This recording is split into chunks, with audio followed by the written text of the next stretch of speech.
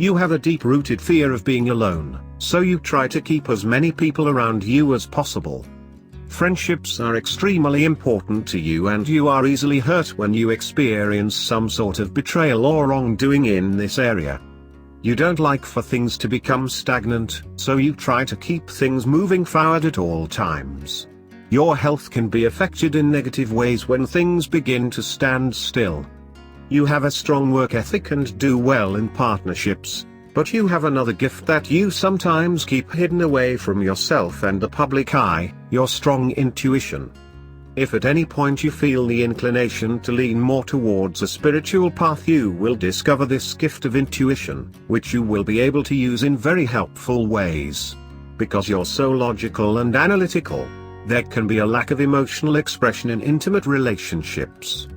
You do well in social environments, and the mantra, "Love thy neighbor," works very well for you.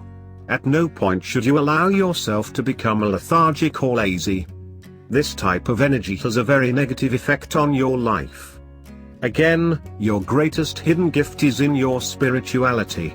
As far as intimate relationships go, you have the potential to be a little indecisive early in life. You like variety, at the same time you don't like being alone, so you get entangled in relationships that appear to be somewhat codependent. And when you go through a major breakup, there can be a considerable amount of time that takes place between love interests. Breakups have a strong effect on you. Once you are in a new relationship, however, you can be trusted. You are very loyal. There is always room for improvement emotionally.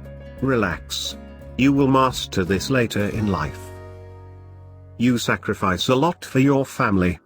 You always seem to be caught in the middle of all of the family disputes, mainly because you are just the person to figure things out for them. You have a very balancing energy about you when it comes to family politics. And this seems to encompass finances, work, play, emotional entanglements, and so on.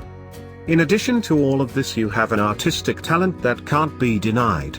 You have a true appreciation for all things of beauty.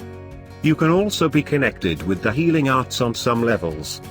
If you weren't so busy handling family situations, you could probably devote more time to various healing modalities.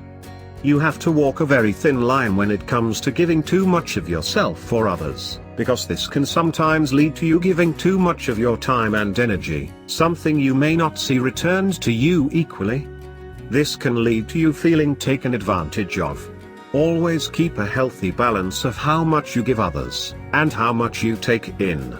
You are also very responsible when it comes to paying your debts. You like to be appreciated. The key to a successful life is to focus on your healing abilities. It'll help both you and others tremendously.